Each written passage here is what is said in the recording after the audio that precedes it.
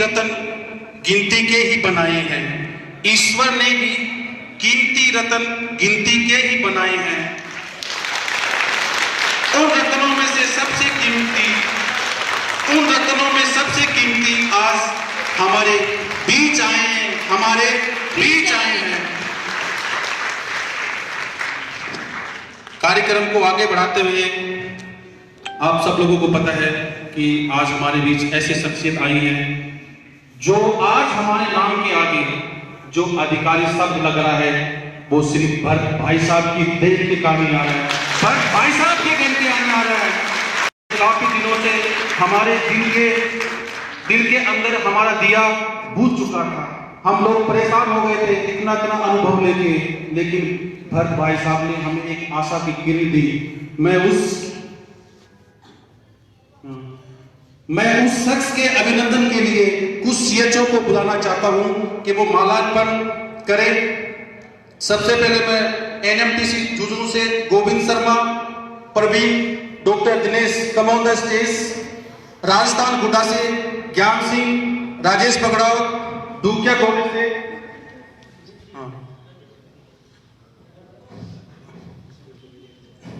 Please. इससे पहले मैं वंदना मैम का माल्यार्पण स्वागतम करने के लिए सुनीता जी को बुलाना चाहूं। सुनीता जी वंदना जी को माला पहनाएं।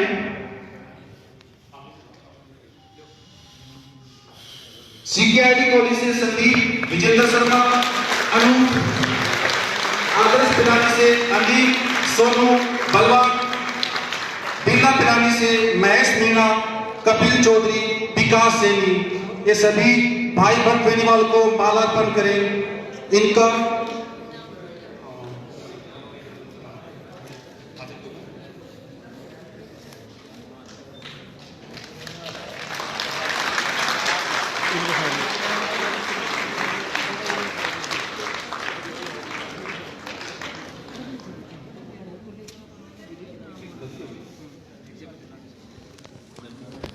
डूकिया कॉलेज से रघुवीर Singh, Harish Meena, Ayub Khan, please come on the stage.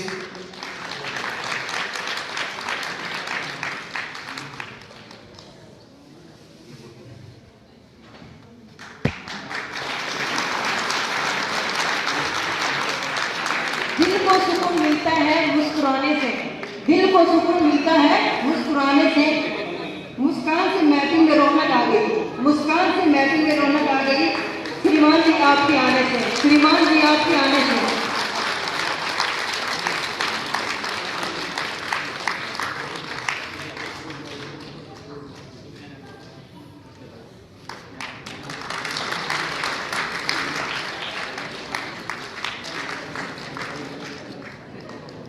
मीठे बोल बोलिए, मीठे बोल बोलिए, क्योंकि अल्फाजों में जान होती है।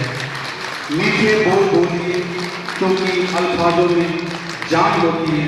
इन्हीं से आरती, अरदास और अजान होती है। इन्हीं से आरती और अजान होती है। यह समुद्र के मोती होते हैं जिनसे इंसान की पहचान होती है। दिल के सपनों से हाउसफुल है, दिल के सपनों से हाउसफुल है। पूरा होना डाउटफुल है। इस दुनिया में हर चीज वंडरफुल है। इस दुनिया में हर चीज वंडरफुल है, क्योंकि जिंदगी आप जैसे दोस्तों के लिए कलरफुल है।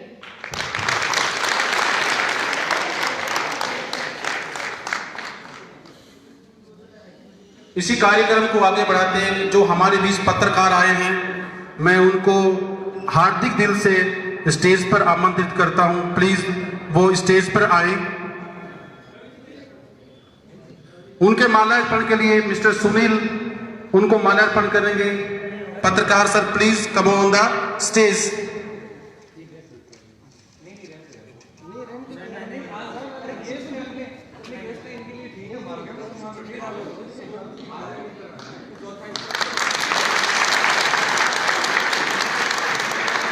प्यारी सी जिंदगी को सलाम हमारा, प्यारी सी जिंदगी को सलाम हमारा। आप कैसे हो सवाल हमारा। याद करते रहेंगे, ये वादा है हमारा। फिलहाल कबूल कीजिए ये हेलो हाय नमस्कार हमारा। खुशियों के सागर में पार आ गए, खुशियों के सागर के पार आ गए, लगता है मेरे गले के हार आ गए। खुशियों के सागर के पार आ गए, लगता है मेरे गले के हार आ गए। करतल ध्वनि से गुंजा दो प्रांगण को, करतल ध्वनि से गुंजा दो प्रांगण को, आज खुशियों के सूत्रधार आ गए। सूत्रधार आ गए। इसी कार्यक्रम को आगे बढ़ाते हुए मैं गुलदस्ता भेंट के लिए कुछ विशेषज्ञों को आमंत्रित करता हूं। सबसे पहले एएनएमटीसी से सरिता, सपना, सुमन।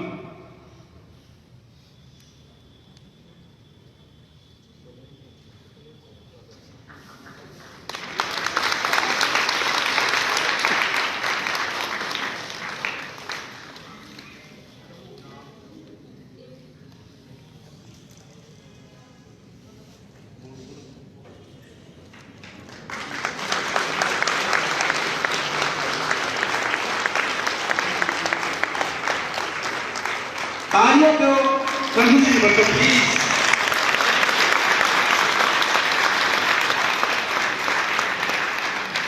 चंदन की खुशबू चौखट पर बिछाते हैं, चंदन की खुशबू चौखट पर बिछाते हैं, पवित्र भाव से खुशी के दीप जलाते हैं, पवित्र भाव से खुशी के दीप जलाते हैं। मेरे अतिथि आए हैं, मेरे अतिथि आए हैं, आज भगवान बनकर, आज भगवान बनकर हमारे भगवान को हृदय से तिलक लगाते हैं, तिलक लगाते हैं। दूसरे कॉलेज से सुनिधि, पिंकी, नेहा।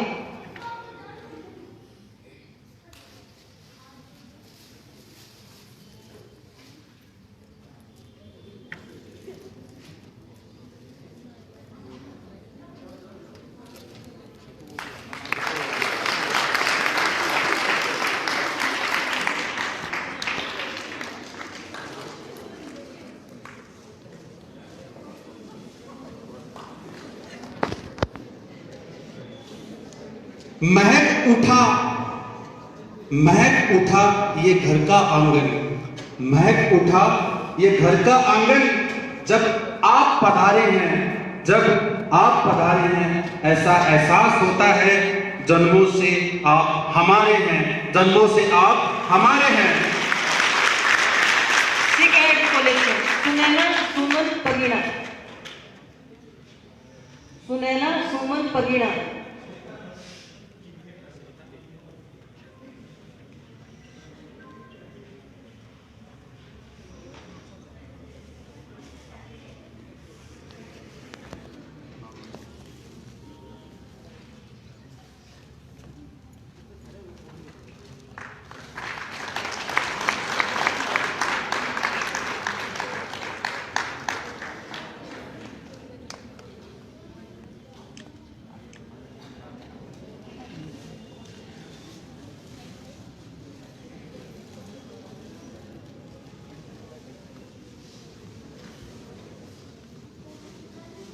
हेलो। बिरला कॉलेज से संतोष, पूजा, रिंकू। संतोष, पूजा, रिंकू।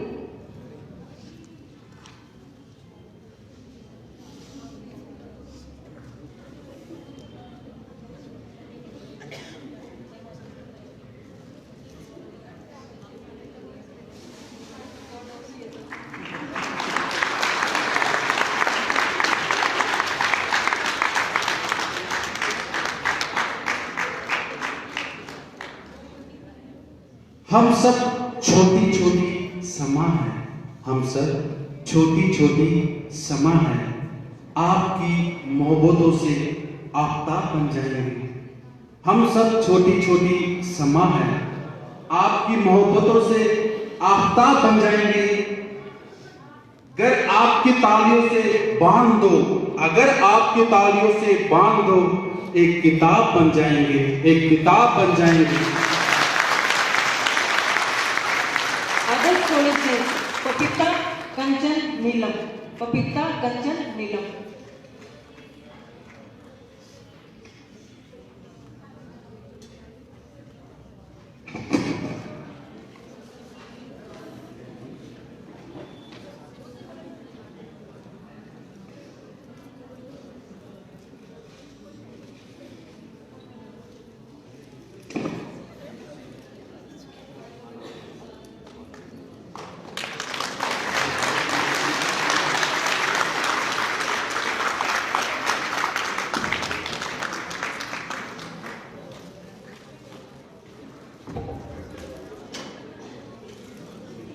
मुस्कुराहटों का कोई मोल नहीं होता, मुस्कुराहटों का कोई मोल नहीं होता, कुछ रिश्तों का कोई तोल नहीं होता।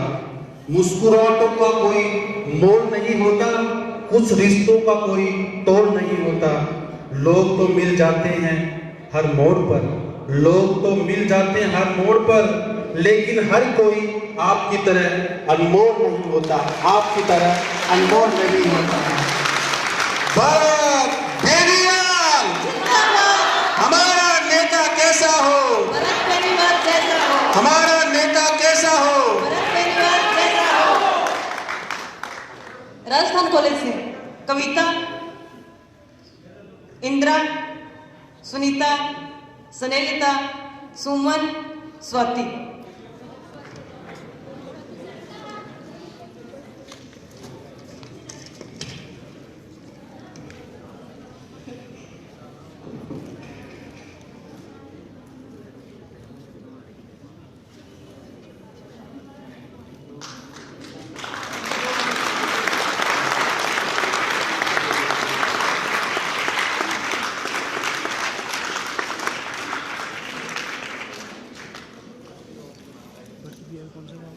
ये है ना पूरा ढाणीवाड़ा रघुनाथपुरा, वो टोल टैक्स वाला वही गाँव है।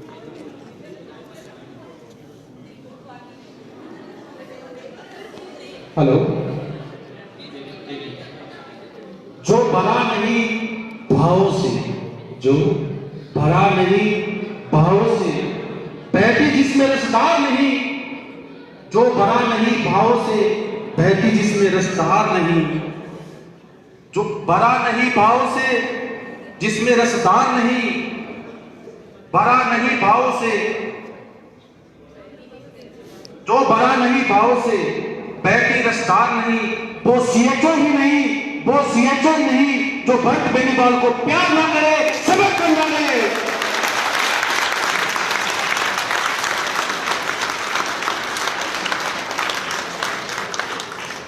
अभी एक छोटा सा सॉन्ग मनोरंजन हो जाए, इसलिए एक छोटा सा सॉन्ग प्रेजेंट करने जा रही है सुनीता।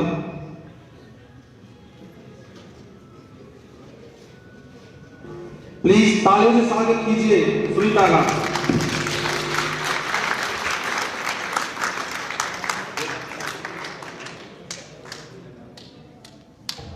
हेलो।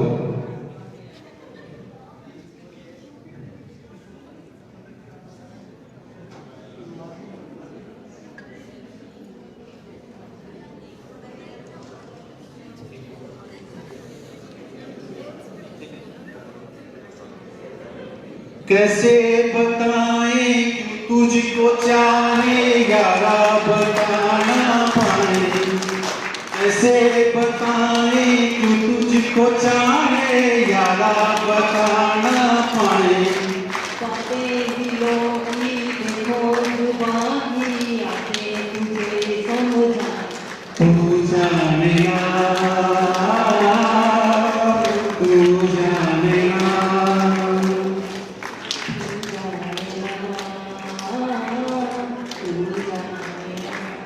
मिलके भी हम ना मिले, तुमसे न जाने क्यों मिलों की है फासले, तुमसे न जाने क्यों।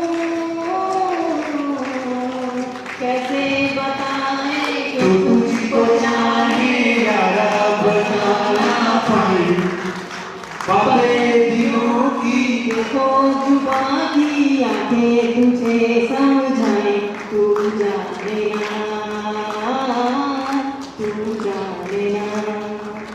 कार्यक्रम को आगे बढ़ाते हुए जो भी सीएचओ अपनी इच्छा से भाई बंद बेनीवाल का स्वागत करना चाहता है वो स्टेज पे आ सकता है। उनका हार्दिक अभिनंदन है। कोई भी सीएचओ अपनी मर्जी से आना चाहता है, please come on the stage. उनका हार्दिक अभिनंदन है। एक बार भाई साहब का भाषण वगैरह करवा लो, फिर लास्ट में जो भी आएगा ना वो आ जाएगा, ऐसे होगा फिर वो फ्री हो जाएंगे इतनी देर में।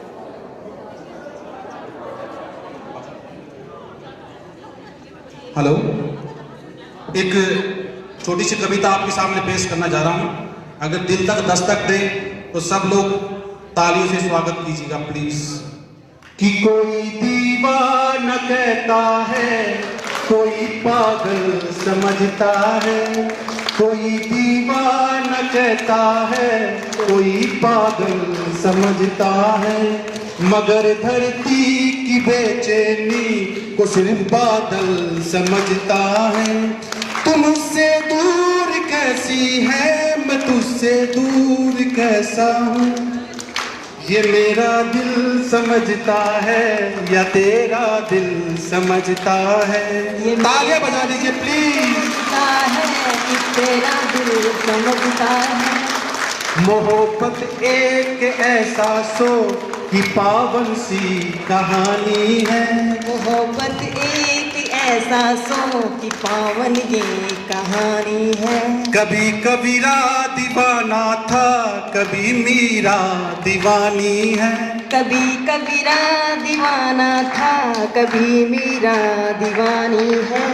मेरी आंखों में आंसू है, मेरी आंखों में आंसू है, जो तू समझे तो पानी है, जो तू समझे तो आंसू है। कोई दीवाना कहता है, कोई पागल समझता है। कोई दीवाना कहता है, कोई पागल समझता है। तालियों से गुजरात कर दीजिए प्लीज।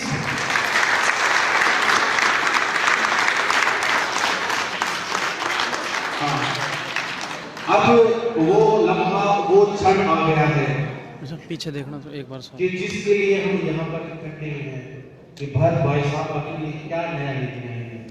आपको पता है जब कोई भी वीडियो इनका यूट्यूब पे अपलोड होता है तो हम सब लोगों को कोई आशा होती है ही नहीं होती कि आज हमारे लिए क्या नया है।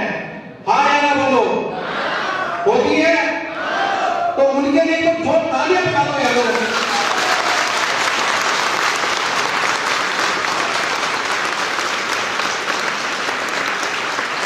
देखो जब भी आपने कभी भी कोई भी समस्या भरत भाई सामने रखी है, जब भी आपने कोई भी समस्या भरत भाई साहब के सामने रखी है तो उसका समाधान हुआ कि नहीं हुआ? हुआ कि नहीं हुआ? तो आप आगे भी चाहते हो कि आप परमानेंट हो? चाहते हो? तो सब मिलकर भरत भाई साहब का क्या करो? समर्थन करो। क्या करोगे? तालियां नहीं बजी तो करोगे।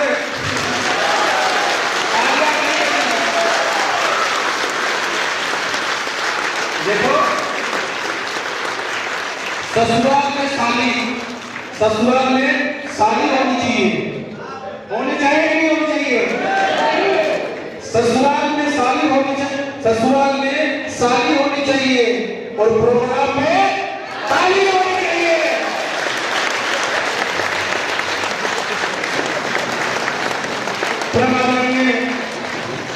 श्री भट्ट बेनीवाल साहब से वो हमें कुछ नया जो हमने इनके लिए आशा की नजर जमा के बैठे हैं कि इनके मुख द्वार से ऐसा कुछ लगे कि हमें खुशियां ही खुशियां मिल जाए।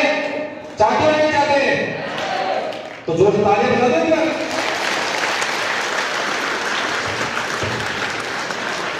प्यारे दोस्तों और प्यारे श्रोताओं, देखो आज जो आपके सामने अधिकारी वर्ग लगा ना, आप बोलते हो मेडिकल, आप बोलते हो ना ऑफिसर, कम्युनिटी हेल्थ ऑफिसर, बोलते ही नहीं बोलते।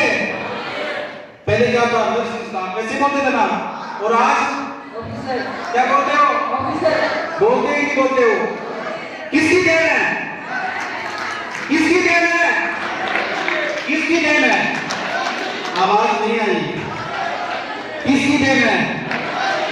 तो उनके लिए तालियां बजा दो।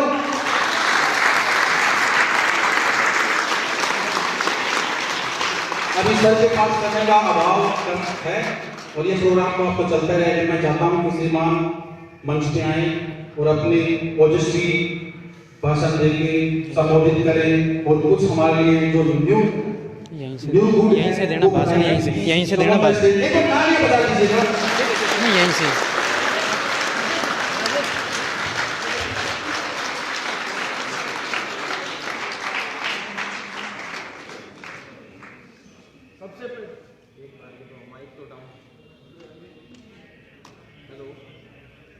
कोई नहीं, शेर की तो दहाड़ी काफी है। माइक के साथ दुनिया के बिना माइक के भाषण है। तो सबसे पहले तो आप सभी का जो ये प्यार है और इतना अच्छा स्वागत किया है, इतना अच्छा कार्यक्रम किया है, इसके लिए मैं आप सभी को तहे दिल से धन्यवाद देता हूँ। और हमेशा इस तरह से आप सभी के लिए काम करता है और मेरे अपनों के लिए, भाई बहनों के लिए रात दिन एक करके, जैसे सीएचओ का करवा के लाए, दूसरी भर्तियों का करवा के लाए, उसी तरह से इस प्रोफेशन को बदलने के लिए जितनी ज्यादा मेहनत करनी पड़ेगी और ज्यादा समय निकालना पड़ेगा, और समय निकालेंगे, लड़ाई को और बढ़ाना पड़ेगा और बढ़ाएंगे। लेकिन आप लोगों की समस्याओं का आप सभी को पता है कि आपके बताने से पहले आपके बड़े भाई भरत बेनीवाल को पता रहता है, सभी को बताने की जरूरत नहीं पड़ती। तो सबसे पहले तो धन्यवाद देता हूं कि आपने इतना अच्छा स्वागत किया, यहाँ बुलाया, इतना सम्मान दिया, और वो भी मेरी जन्मस्थली और मेरे खुद का गांव ही है, मेरा घर ही यही है झुंझुनू, आप सभी को पता है। और सबसे पहले आया हूं मैं, स्वागत कार्यक्रम रखा है, तो धन्यवाद देने के साथ साथ एक छोटा सा आप सभी से निवेदन करना चाहता हूं पहले, उसके बाद अपन भाषण और बात करें आगे की तो अच्छा रहेगा। जो एक हमारा शहीद हुआ है अभी बड़ा भाई कुलदीप सिंह नाम से, जो अभी जो घटना हो गई थी दुर्घटना हेलीकॉप्टर वाली, उसमें शहीद हुए, तो 30 सेकंड का मौन रखने का है अपना। तो आप सभी तैयार हैं मौन के लिए?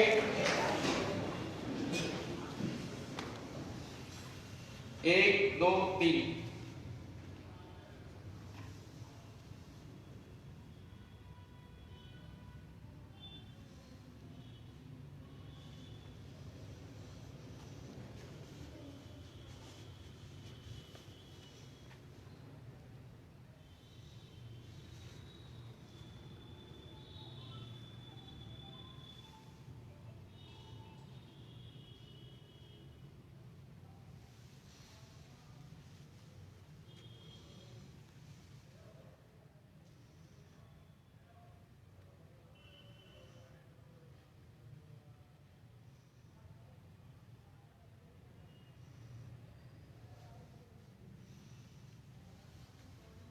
हे राम।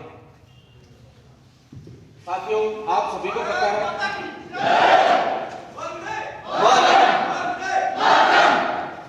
भारत माता की और सीएचओ की भी जय हो।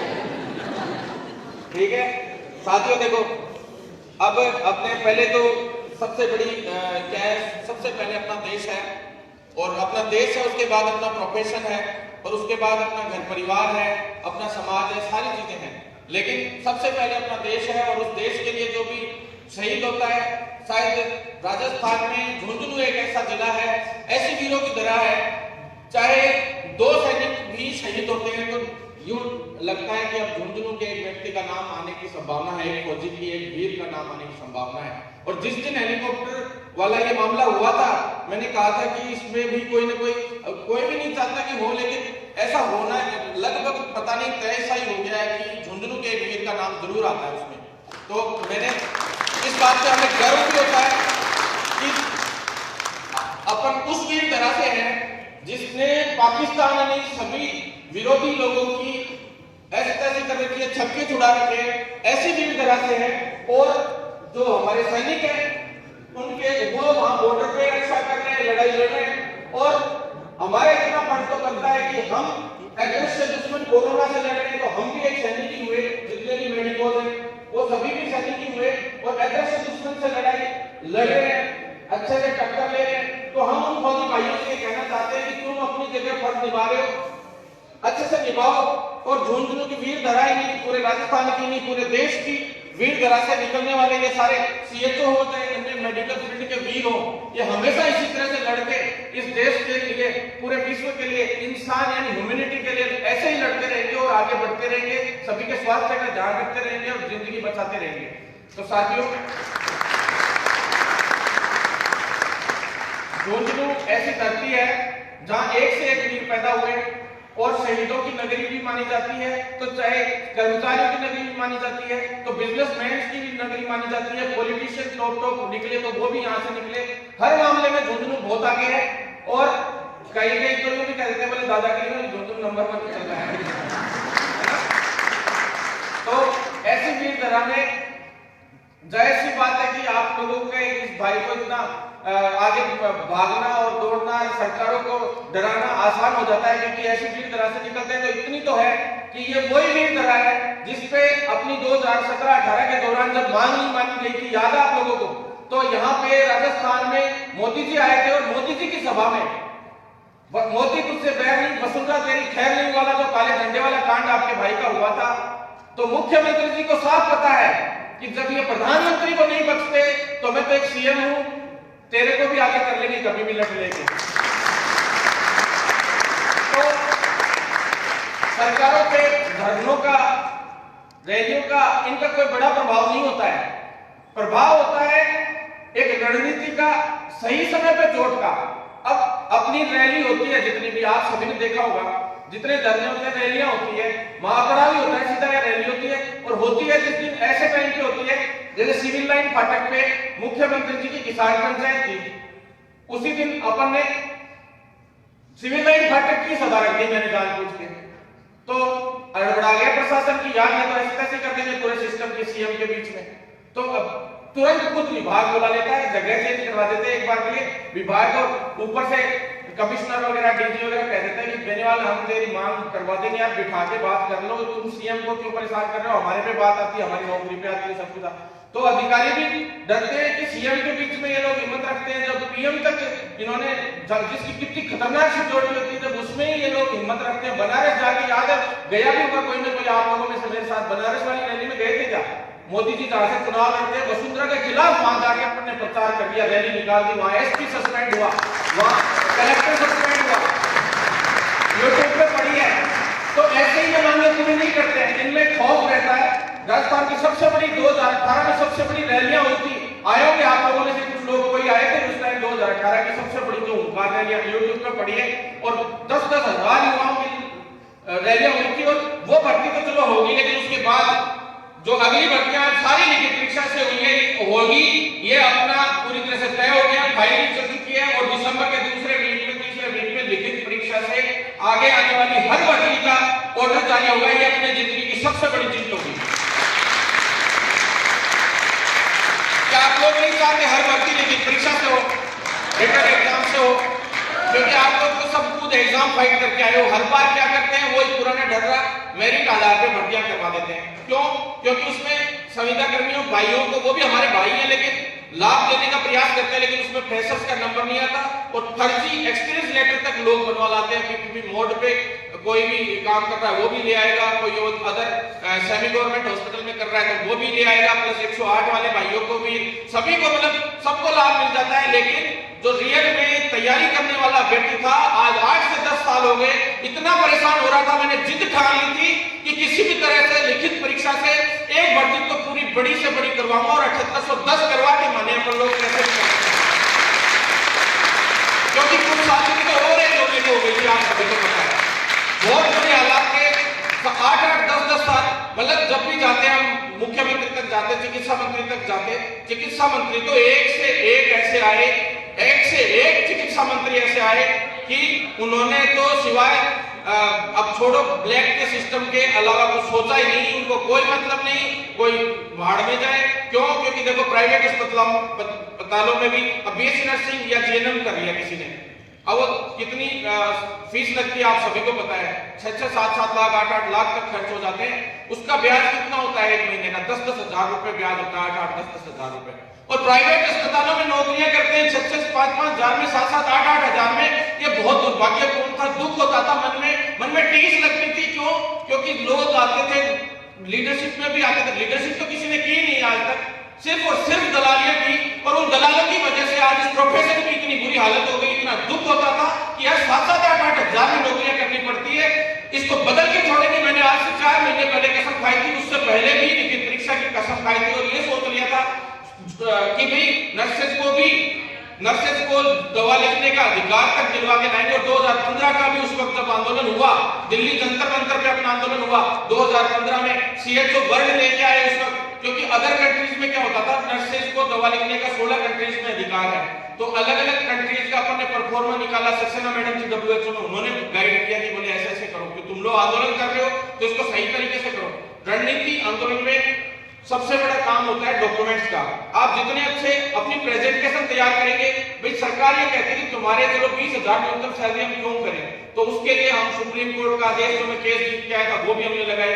इस तरह से सभी अपने को प्रेजेंट करने पड़ते हैं। तो दवा लिखने का अधिकार क्यों मिलना चाहिए? इसलिए मिलना चाहिए क्योंकि अपना हेल्थ सिस्टम बहुत कमजोर है। जो स्वास्थ्य विभाग है उसको सबसे कमजोर ढांचा हेल्थ का होने का रीजन क्या है? सबसे मूलभूत आवश्यकता है जब ये इंसान की, लेकिन मूलभूत ढांचा ही बहुत कमजोर था। और कमजोर होने का रीजन आप सभी को पता है कि डॉक्टर्स की कमी, सख्त डॉक्टर्स की कमी। एक दिन के लिए डॉक्टर्स स्ट्राइक पे आ जाते थे, पूरी स्वास्थ्य सेवाएं ठप। तो इसका एक हमने भी बताया कि कारगर उपाय भी आपके पास, सीधी बात है कि एक व्यक्ति तक स्वास्थ्य सेवाएं भी पहुंच सकती है। और स्वास्थ्य ढांचा जब तक किसी देश का कमजोर होता है, देख लो कोरोना ने उड़ा दी ना कईयों में बरकतें, हो गई ना खूब बुरी हालत कंट्रियों की, आर्थिक स्थिति से पूरी तरह से कमजोर हो गए। क्यों? क्योंकि उनका हेल्थ सिस्टम इतना मजबूत ही नहीं था। अब समझ में आ रहा है कंट्रीज को कि भाई हेल्थ सिस्टम पे बहुत ज्यादा जरूरी है खर्चा करना। तो 2015 में उस वक्त अपनी लड़ाई शुरू हुई दवा लिखने के अधिकार के लिए। एक साथी एक कमेंट कर रहा था कि दवा लिखने का अधिकार थोड़ा मिला है 45 में। मैंने कहा प्रिस्क्रिप्शन का अधिकार तो ले लिया, NMC बिल पढ़ लेना ढंग से, और उसके अंदर आने वाले वक्त में जब प्रिस्क्रिप्शन देने का अधिकार है तो लिखने का अधिकार, अंगुली पकड़नी है, अंगुली पकड़ ली तो औंधा तो अपन अपने आप पटक लेंगे, हर बार ही पटका आप सभी को।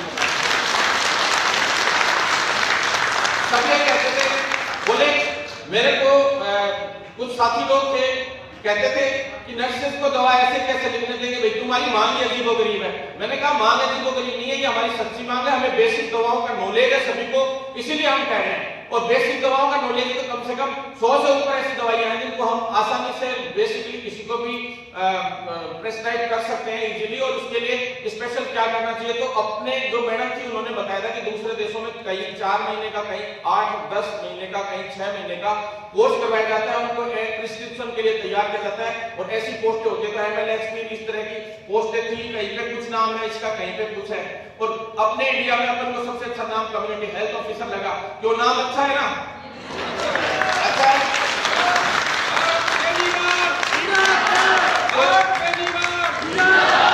एक सपना था, दोस्त भी कहते थे, बोले बॉस मैं बहुत पढ़ाई करता था, मेरा नंबर नहीं आ पाया, मैं डॉक्टर नहीं बन पाया। मैंने कहा कोई नहीं, ऐसे नंबर नहीं आया तो कोई बात नहीं, और कोई टेंशन लेने की जरूरत नहीं है, वैसे बना देंगे। और बना दिया CHO, कोई माइकल लाल कुछ लोगों ने बोला CHO वर्ड है ऑफिसर्स के हिसाब से और इसके हिसाब से, तो सबसे कुछ लोग कह रहे थे बोले ये नया ही वर्ड आ गया। वर्ड नहीं, ये कैडर भी बन चुका है। कई लोग कहते कैडर नहीं बना होगा, कुछ और नहीं बना होगा। तो इसका मैं बता देता हूं आपको, 4800 पे ग्रेड का पहले भी एक बार ऑर्डर हम वायरल कर चुके हैं दिल्ली से, जो वहां पे कमेटी का जो एक ऑर्डर अपन ने वायरल किया था। 4800 जो पे ग्रेड आप लोगों की, जिस दिन आप लोग परमानेंट होगे ना अभी थोड़े दिन बाद, तो 1 लाख रुपए सैलरी है, किसी को डरने की बिल्कुल जरूरत नहीं।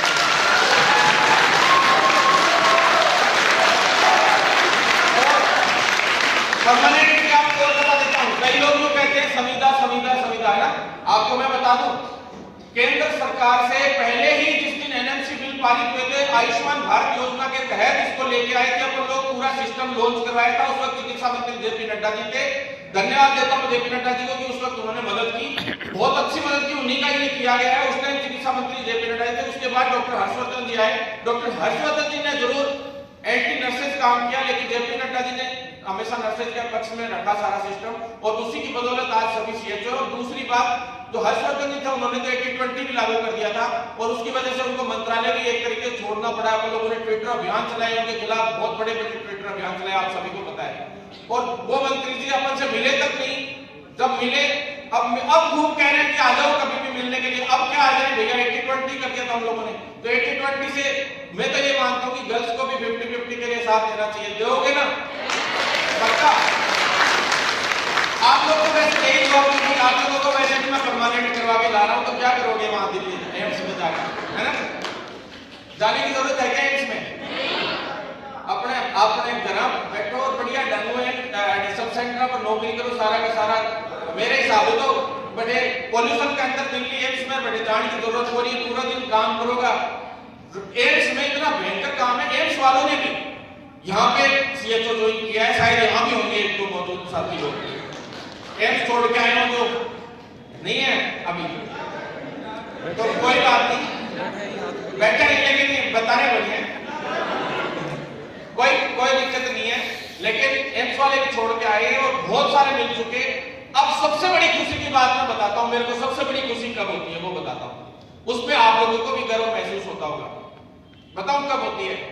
एमबीबीएस वालों ने 1 महीने 1.5 महीने पहले ज्ञापन दिया है कि हमें भी सीएचओ में एलिजिबल किया जाए।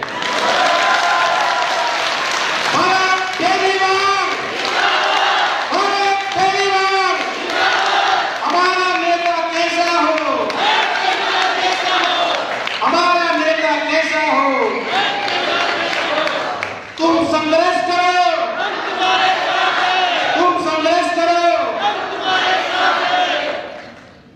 और मैं ये कहता हूं कि तुम मेरा साथ दो, मैं इस सरकार को माल दूंगा।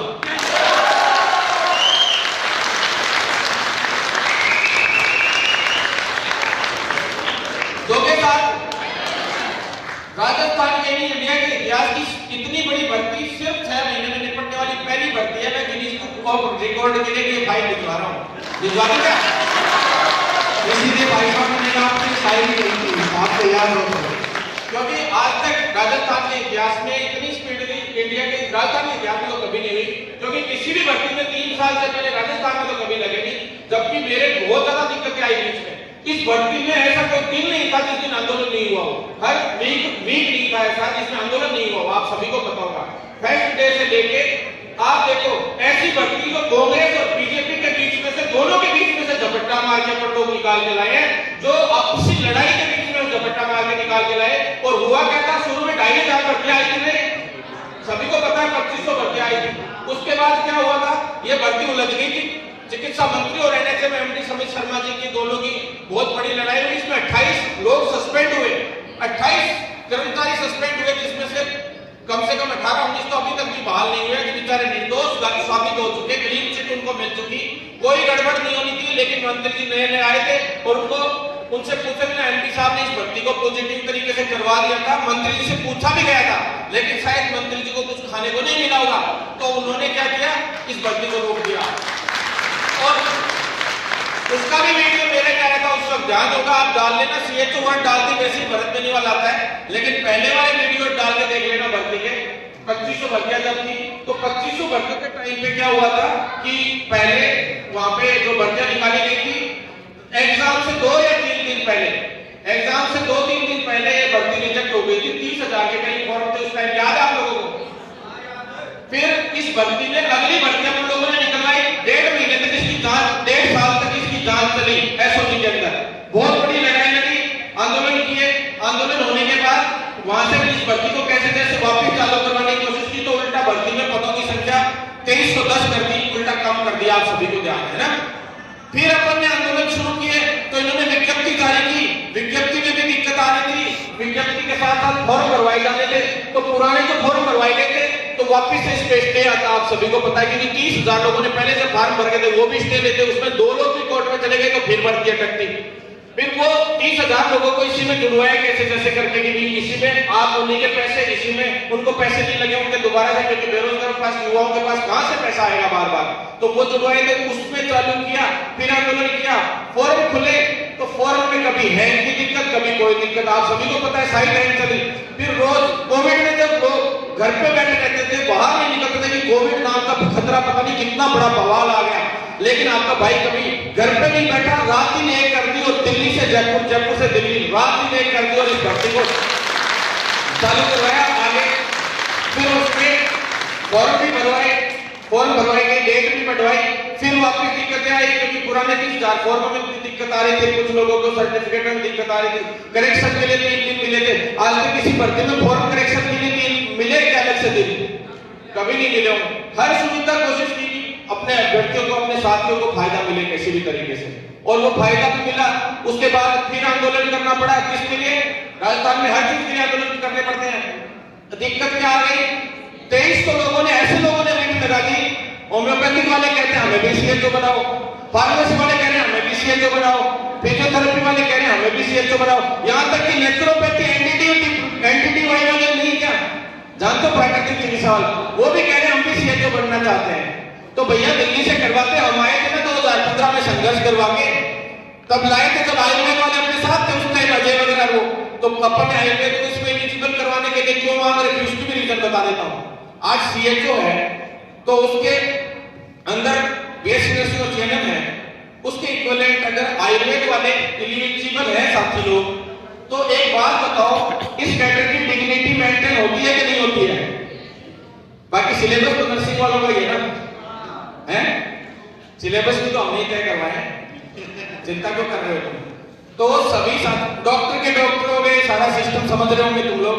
आयुर्वेद वाले साथियों को भी कुछ एक नौकरी मिलने की संभावना हुई, इसमें 150 के करीब आयुर्वेदिक साथी भी सिलेक्ट हो गया है, वो भी हमारे साथी है, कोई अलग नहीं है। अब तो वैसे ही वो हमारे भाई बहन ही हो गए, क्योंकि इक्विवेलेंट के कैडर के हिसाब से हो गया सारा सिस्टम, है ना? तो इस तरह से फायदा मिला है, आपकी डिग्निटी मेंटेन हुई कि नहीं हुई? है ना, हुई ना? तो ये फायदा आप लोगों को मिला। उसके बाद फॉर्म भरवाने के बाद उसमें दिक्कतें आई, खूब संघर्ष किसमें हुआ?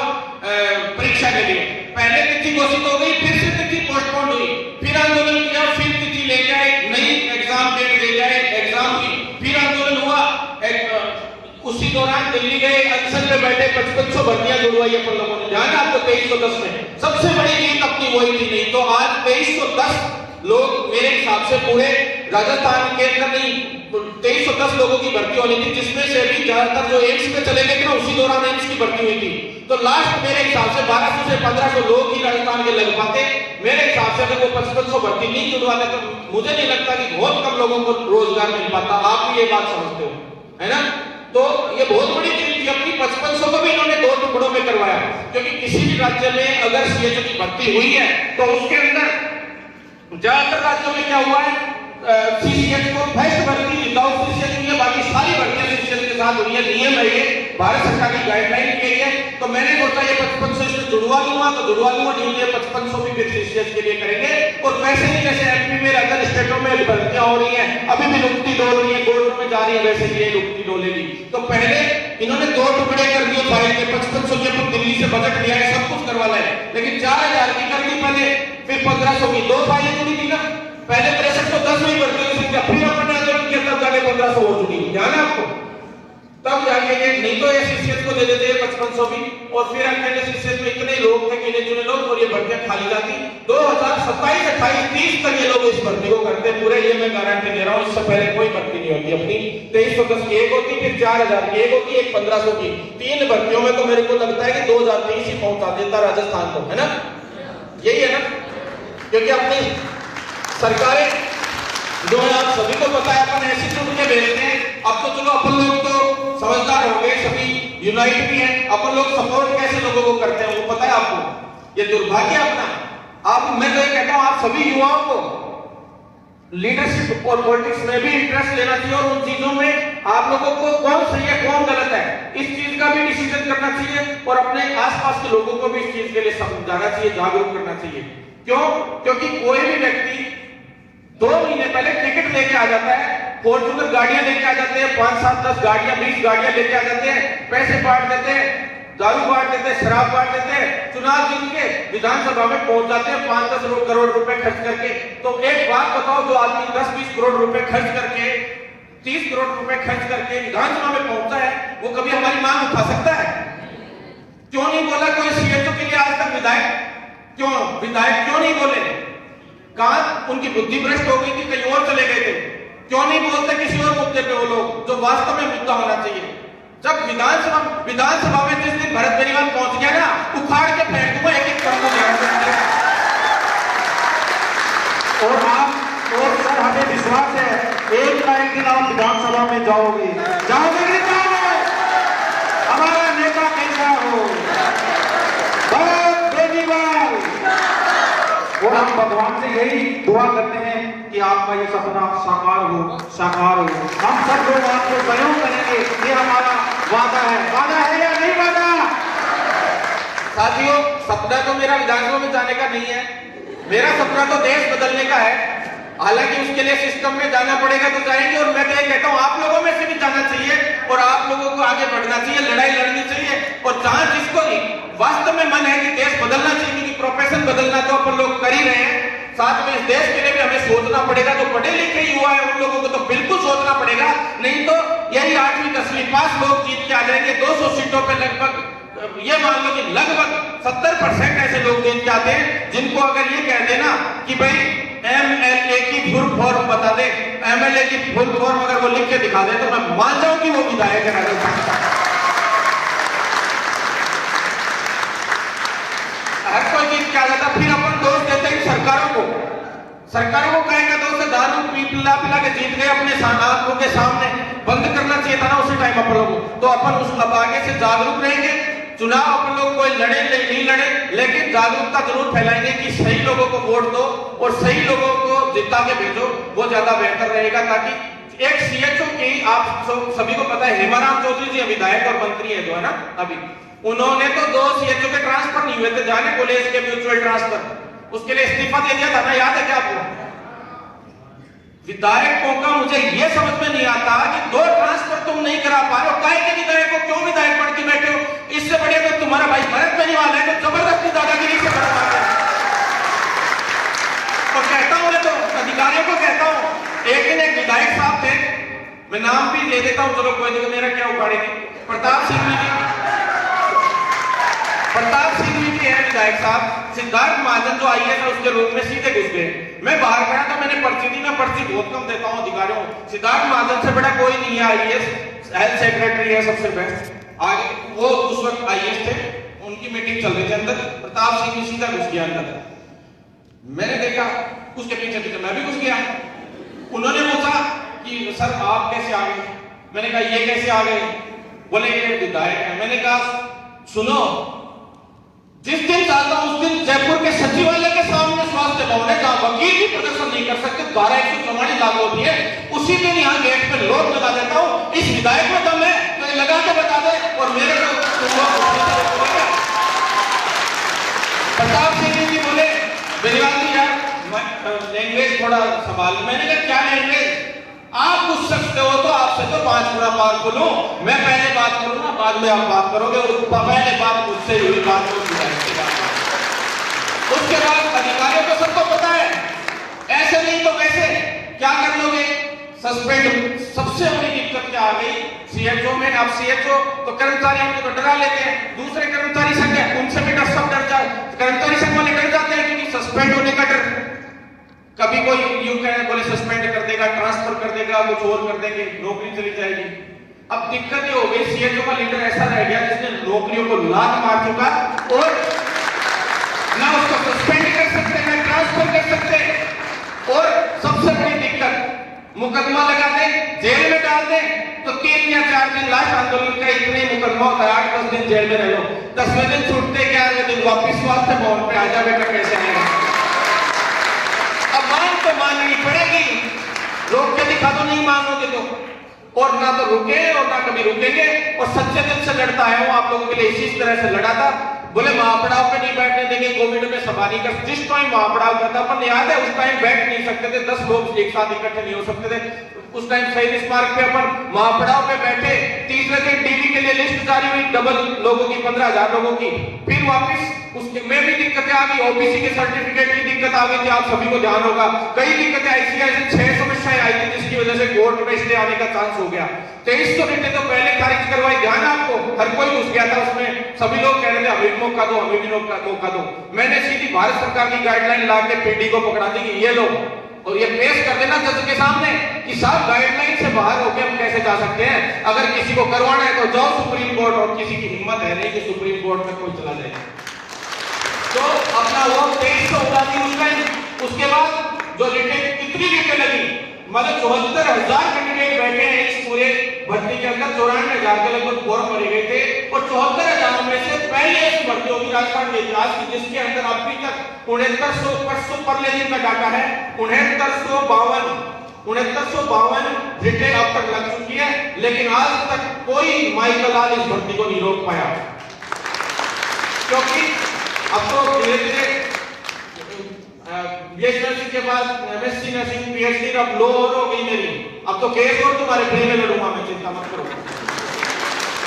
अब तो वैसे ही नहीं करने देंगे किसी भर्ती को। राजस्थान में या तो किरोड़ीलाल मीणा ने करी है मेडिकल के बाद, तो या आपके भाई ने करी है, चिंता मत करना बिल्कुल। तो आप लोग बिल्कुल चिंता ना करें, हर तरीके से आप लोगों के लिए। फिर रिजल्ट जारी करवाया था, आप सभी को पता है, रिजल्ट जारी हुआ तो वो भी आंदोलन से हुआ, हर चीज। उसके बाद ज्वाइनिंग के लिए आंदोलन, याद है आपको, ज्वाइनिंग के लिए आंदोलन करवाया किया गया। इमरजेंसी में इन्होंने ज्वाइनिंग दी, कैसे भी की उस टाइम, जबरदस्ती, जो भी कोविड के हिसाब से। लेकिन फिर ब्रिज कोर्स के लिए आंदोलन हुआ, लोगों ने बहका दिया, बोले 7900 मिलेंगे अब जिंदगी भर तुम्हें। तब मैंने जान पूछ के जिस दिन 332 लोगों की ज्वाइनिंग करवाई ना, जिनकी सीसीएल पूरा हुआ, उसमें स्पेशल ऊपर मोटी मोटी लाइन डलवाई 25,000 तो वो, और इंसेंटिव 15,000, जान पूछ के, ताकि तुम सबको दिखा सको, तुम सबको दिखा सको, बता सको कि ले ये 40,000 करो, आपको 40,000 ले, 40,000 ले। और अगर आप लोगों ने साथ दिया ना, तो मैं ये गारंटी दे रहा हूं, 7900 रुपए प्रति माह जो मिलता है ना, इस 7900 रुपए प्रति माह का भी इस 2 महीने के अंदर अंदर, मैं कह रहा हूं 7900 का नाम लेना इस सरकारों को बुला दूंगा। जिस दिन ऑर्डर जारी अगर कर दिया अगला कोई 7900 का, उसी दिन ऑर्डर फाड़ेंगे, बाद में अधिकारी के कपड़े। चिंता करने की बिल्कुल जरूरत नहीं है, बस साथ बनाए रखो। साथ भी ज्यादा नहीं मांगते, फौज तो अपने पास टीम ए तो एक रहती आगे, कोशिश ये करते हैं कि टीम बी की जरूरत नहीं पड़े। टीम बी यानी भगत सिंह फोर्स बना रखी हमने। हम सोचते हैं आंदोलन साइलेंट वाली टीम से ही काम निपट जाए, रैलियां हो जाए उसमें निपट जाए, नहीं तो एक ही चीज हमेशा रही है, लड़ेंगे जब तक हाथों में हाथ है। और ये अंदर की बात है कि पुलिस हमारे साथ है। तो भारत पहली बार हमारा नेता कैसा हो, भारत पहली बार। साथियों, ये इसी तरह से अगर चलते रहे, अब देखो समस्या है, मैं बता देता हूं, पहले ही जब आप लोगों ने नहीं बताई थी, अब कोई राजस्थान में 10-10 हजार रुपए लग रहा था कि कोई दे देगा अपन लोगों को, वह में निकाल दो कि राजस्थान में 10-10 हजार, वो 7900 बहुत मुश्किल से, आपको पता है नौकरी करने के बाद 7900 रुपए में भी यूं कह रहे हैं ये काटेंगे वो काटेंगे। सीएचओ का जिसका गड्ढा भी है ना, वो और बता देता हूं आप लोगों को, 1-1 रुपया में मैंने साइन करवा लिया है। इस 1 या 2 सप्ताह के अंदर अंदर जो बच गए ना, किसी गलती से काट लिए पैसे, वो भी अभी अकाउंट में आने बाकी है। चिंता मत करो, तुम गवर्नमेंट से उधार मांगते हो। और जो 10-10 हजार रुपया, ये अभी छोटा मोटा जो आप लोगों का खर्चा हो गया होगा ना, ये खर्चा सारे अकाउंट में डलवा दूंगा जल्दी, चिंता मत करो। क्योंकि सीएचओ तो कभी काटने जा ही नहीं सकते। और रही बात जो 10-10 हजार रुपए वाली, आप सभी को बताइए, 10-10 हजार वाले मैटर में सभी को पता है लगभग कि सही समय पे अपन ने अटैक कर दिया। पहले थोड़ा लेट करने वाले थे, लेकिन मैं भाप गया स्थिति को, मुझे पता चल गया कि अभी करना पड़ेगा। इन्होंने आरएचएस के अकाउंट में पैसा ट्रांसफर कर दिया था प्राइवेट निजी संस्थानों को देने के लिए। गवर्नमेंट वाला तो अपन ने डिसाइड करवा ही गया था, और गवर्नमेंट वाला ये बोले कि गवर्नमेंट का तो हम फाइनल कर रहे हैं, प्राइवेट का भी डिसीजन ये हो गया है कि बच्चों को नहीं दे सकते, संस्थानों को देंगे, वो अपने अनुसार करेंगे, जो भी जो हॉस्टल में रहना चाहता है उसकी लॉजिंग और बोर्डिंग के हिसाब से जो भी होगा सुविधा वैसे कर लेंगे। मैंने कहा ठीक है सर, गवर्नमेंट वाले पे एक बार साइन करो आप फटाफट। जैसे ही गवर्नमेंट वाले पे साइन किया, उसका ऑर्डर वायरल किया, अपन लोगों ने ले लिया इधर ऑर्डर। जैसे ही ऑर्डर हुआ, अगले दिन वापस मैं उनके सामने पहुंच गया, क्यों भाई आपने मेरिट बेस पे किया था क्या, ये जो इन कॉलेज से अलॉटमेंट किया था, ये आप लोगों ने मेरिट बेस पे किया था? किस बेस पे किया था मुझे बता दो। आप गवर्नमेंट वालों को तो देंगे, बोले कल तो तुम कहते गवर्नमेंट वालों को तो दो, एक बार फिर देख सकते। और मेरे को तो कैसे भी वो अंगुली पकड़ने वाली बात करनी थी, मोहनदास तो पटक लिया ना। तो ऐसे काम करवाने पड़ते हैं सरकारों से, नहीं तो सरकार को ये पता चल जाए तो वो गवर्नमेंट में भी बच्चों को नहीं देंगे, चाहे प्रिंसिपलों को बांटना पड़ जाएगा, वहां के लोगों को बांटना पड़ जाएगा, लेकिन अपने युवाओं को नहीं देंगे। जबकि 10-10 हजार रुपए राजस्थान में तो बिना नौकरी तो कल्पना ही नहीं कर सकते। ये बोले ऐसे तो हम फिर सभी को स्टूडेंट्स को भी स्टाइपेंड देते हैं, ये गिना चुना स्टाइपेंड मिलता है लोगों को भी, ऐसे कैसे देते हैं? मैंने कहा भारत सरकार से आया पैसा और कितना है, एक का लेखा जोखा, वो मैंने एक ऑर्डर जारी किया था, ऑर्डर डाला था, ध्यान है आप लोगों को, वो 10-10 हजार रुपए पर मंथ, 60,000, 1,29,000 रुपए का। इन्होंने सोचा किसको पता लगेगा, मैंने पहले वो वायरल कर दिया था, देखा होगा आप लोगों ने, तब इनका दिमाग खराब हो गया कि ये कहां से आ गए। क्योंकि दिल्ली की अपन ने अच्छी मजबूत पकड़ बना रखी है, दिल्ली के सारे अधिकारी अपना साथ दे ही रहे हैं। दिल्ली से अब ये तो चाहते तो ये शायद ब्रिज कोर्स भी 2 साल में पूरा करवाते, आप सभी को पता है, चलता रहता है, इनको बढ़िया ही काम था, लेकिन अपना फायदा क्या हुआ आप सभी को ध्यान है, दिल्ली से ऑर्डर करवा लिया कि भाई 31 मार्च यानी इस वित्तीय वर्ष से पहले नोटिस दिलवाया था। आप लोगों को वीडियो में बताया था मैंने कि नोटिस आ जाएगा 10-5 दिन में, और दिल्ली से अपने नोटिस दिलवा दिया लोगों को, और इन्होंने अब तक 4 किस्तें देनी थी इनको, 40 के हिसाब से रेशियो होता है, 60% केंद्र सरकार देती है, 40% राज्य सरकार। केंद्र सरकार का आ रहा था पैसा, लेकिन 40% की पहली जो किस्त होती है ना, आज तक वो भी नहीं दी है, तो ये लोग कहां जाएंगे? मैंने कहा आपको नोटिस दो कि अगर 31 मार्च से पहले को ज्वाइनिंग नहीं दी ना बच्चों को, ये वाला बजट नहीं काम में लिया और सरकार से को ज्वाइनिंग नहीं दी, तो अगला बजट लैप्स कर दिया, ये बजट भी लैप्स होगा, प्लस आगे भी 1 रुपया बजट का नहीं मिलेगा, क्योंकि ये हमारे साथ इतनी बड़ी बुरी कर रहे हैं। तो इसमें सैलरी का भी इश्यू मैंने रखा था, लेकिन मेन बेसिक ये सीएल वाला रखा गया, और स्पेशल एमडी ने सुनील कुमार शर्मा ने उस दिन वीडियो में जानबूझ के ऐसे तो वीडियो बोल नहीं सकता था वो, और उसने जो एसएमएस नर्सिंग कॉलेज का जो ब्रिज कोर्स शुरू हुआ था उस दिन उसने उद्घाटन टाइप किया था, तो उसने वीडियो में बोला कि 31 मार्च से नहीं, 31 मार्च नहीं बोला, ये बोला इस वित्तीय वर्ष से 31 मार्च हो गया लगभग, इससे पहले हम लोग हर हाल में सभी सीएचओ को ज्वाइनिंग देनी है, इसलिए जल्दी से जल्दी ब्रिज कोर्स कंप्लीट करवाया जाए। और ये इतिहास रचा गया कि राजस्थान में 5 महीने में हो गया, चाहे 6 में भी हो जाता, मैं ये मानता हूँ कि राजस्थान में ब्रिज कोर्स हो गया और फटाफट ये काम हो गया बहुत जल्दी, ये बहुत बड़ी बात है। और 31 मार्च से पहले नहीं है, मैं एग्जैक्ट कुछ कभी भी बता देता हूँ आप लोगों को, 28 या 27 फरवरी को तो रिजल्ट आएगा आप लोगों का ब्रिज कोर्स का, 13 और 15 फरवरी का एग्जाम मैंने वीडियो में लगभग बता रखा आप लोगों को। हिंदी इंग्लिश वाली बहुत टेंशन चल रही है, मैं बता दूं आप सभी को, है ना? हाँ, सबसे बड़ी बात है तो हिंदी इंग्लिश की मैं बता दूं आपको, बिल्कुल चिंता करने की जरूरत नहीं है। मैं तो ये चाह रहा हूं कि हिंदी इंग्लिश तो दोनों, हिंदी और इंग्लिश दोनों में तो हो ही हो, साथ में ऑब्जेक्टिव टाइप होना चाहिए किसी का।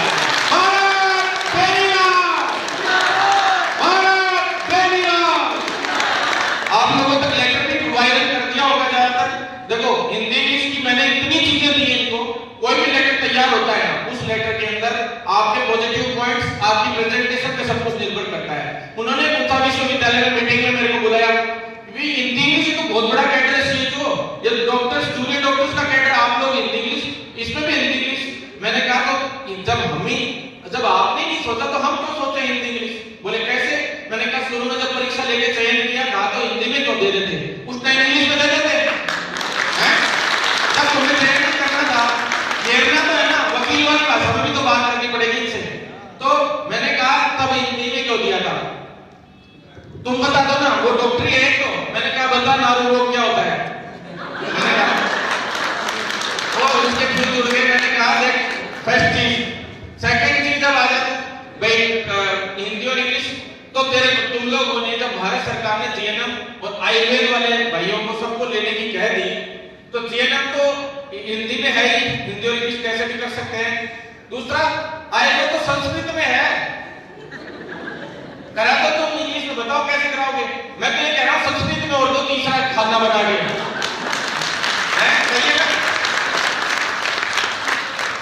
लॉजिकल बात ही है, आप सभी को पता है। अपने सारे डॉक्यूमेंट्स पेश किए हैं, इग्नू का बता दिया कि तुम तो हिंदी इंग्लिश की बात कर रहे हो, इग्नू ने तो हॉस्टल की भी चॉइस मांगी है, जहां जहां पूरे भारत में इग्नू से जो कोर्स होता है ब्रिज कोर्स, उसके अंदर कॉलेजेस की चॉइस मांगी जाती है कि भाई ये आप कॉलेज के हॉस्टल में रखना चाहते हो और कौन से कॉलेज से ब्रिज कोर्स करना चाहते हो, ये हमारी कॉलेजेस हैं, रैंकिंग के हिसाब से वो भी अलॉट होती है। इस तरह से आप लोगों ने तो कॉलेज तो बहुत दूर की बात है, हॉस्टल तो बहुत दूर की बात है, ये तो ये पैराग्राफ वाला काम ही कर दो फटाफट, क्योंकि वो ऑब्जेक्टिव टाइप करवाता है, ये सभी को पता है। कोई टाइम पे वहां भी सब्जेक्टिव होता था, वहां का रिजल्ट बहुत खराब रहता था। उसके लिए भी मेरा पहले का वीडियो पड़ा है, 1.5 साल 2 साल पहले का। पहले अपन लोग उस वक्त जाके और इसका ऑब्जेक्टिव टाइप करवा के आए थे ताकि बच्चे फेल ना हो, क्योंकि सीएचओ में चयन होने के बाद अगर किसी बच्चे के साथ गलत हो जाता है तो मोहल्ले में यूं कहते हैं फर्जीवाड़े से लगाता निकाल दिया इसको, है ना। ये और दिक्कत है, मतलब दिक्कत ये नहीं नौकरी छूट जाएगी, दिक्कत ये है मोहल्ला का फर्जीवाड़ा देगा, गांव वाला फर्जीवाड़ा देगा। सच्ची बात है ना, सच्ची बात, यह बहुत बड़ी बात है। तो ये जरूरी था। तो ब्रिज कोर्स का चिंता मत करो, सारी अपन ने सबमिट कर दी है, पूरी प्रेजेंटेशन इग्नू का भी दे दिया है। और गुजरात में तो गुजरात और इंग्लिश दोनों भाषाओं में होता है, ये भी निकाल के मैंने दे दिया है कि भाई गुजराती में लिखना चाहो गुजराती में लिख दो। तो भाई राजस्थान में क्या दिक्कत है, हम हिंदी में तो कम से कम लिख रहे हैं, ये तो नहीं कह रहे ना कि और कोई भाषा में, गुजराती में, उर्दू में, किसी और में। तो इस तरह से सारी प्रेजेंटेशन बढ़िया तरीके से तैयार करके दी है।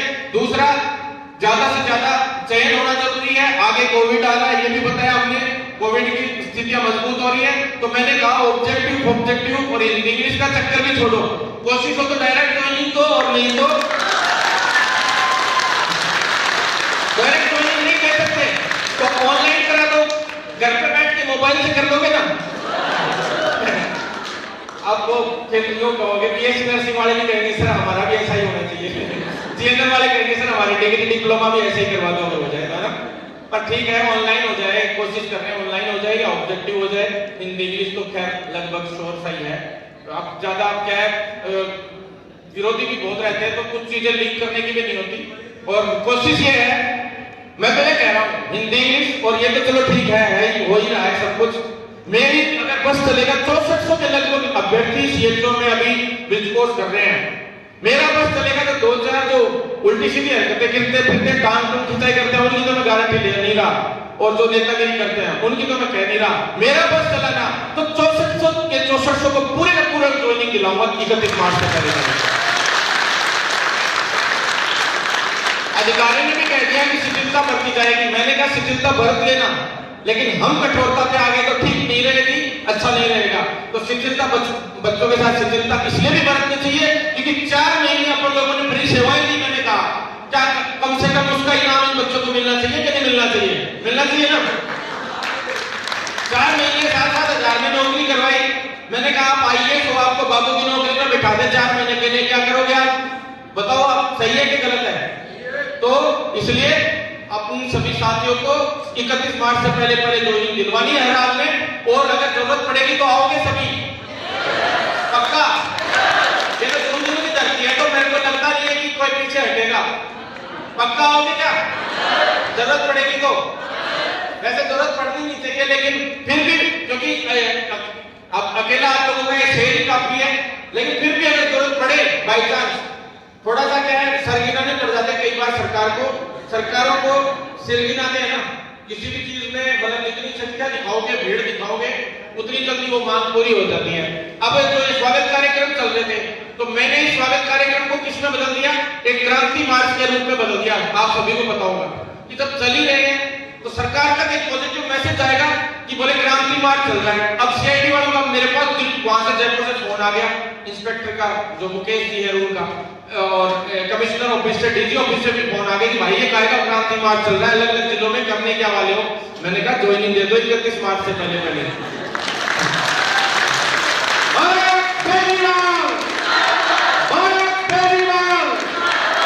स्वागत का मजा तो तभी है ना जब सारे के सारे ज्वाइन कर लें, है ना। एक भी बाहर नहीं हो, 2-4 बदमाशी कर रहे हैं, थोड़ी उनको देख लें, बात देखेंगे। वो जैसे मेरे वो एमडी बोले, एमडी जब भी कोई साथ जाता था ना मेरे वार्ता के लिए, तो अब दिक्कत क्या आ जाती थी? एमडी था वो सुधीर कुमार शर्मा, थोड़ी बदमाशी करता था, जाता था, जाते ही अंदर वार्ता में गए, 5 लोग साथ गए, बोले तुम्हारा नाम? बोले सर अजय। तुम्हारा नाम? बोले आसाराम। ऐसे 4-5 नाम थे जो उनके नाम लिख के बोले इसको तो जैसलमेर दे दो, एक बार 79 में काम करने दो इसको।